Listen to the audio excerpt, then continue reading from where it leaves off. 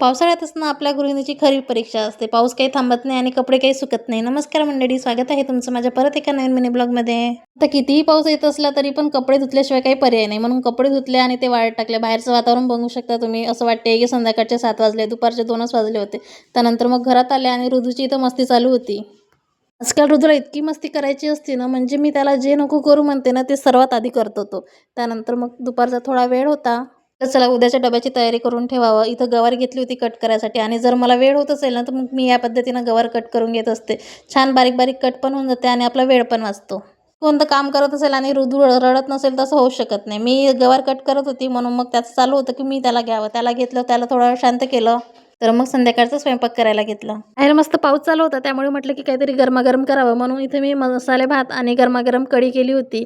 मस्त असा मसाला भात करून घेतला आणि कढी बनवून घेतली.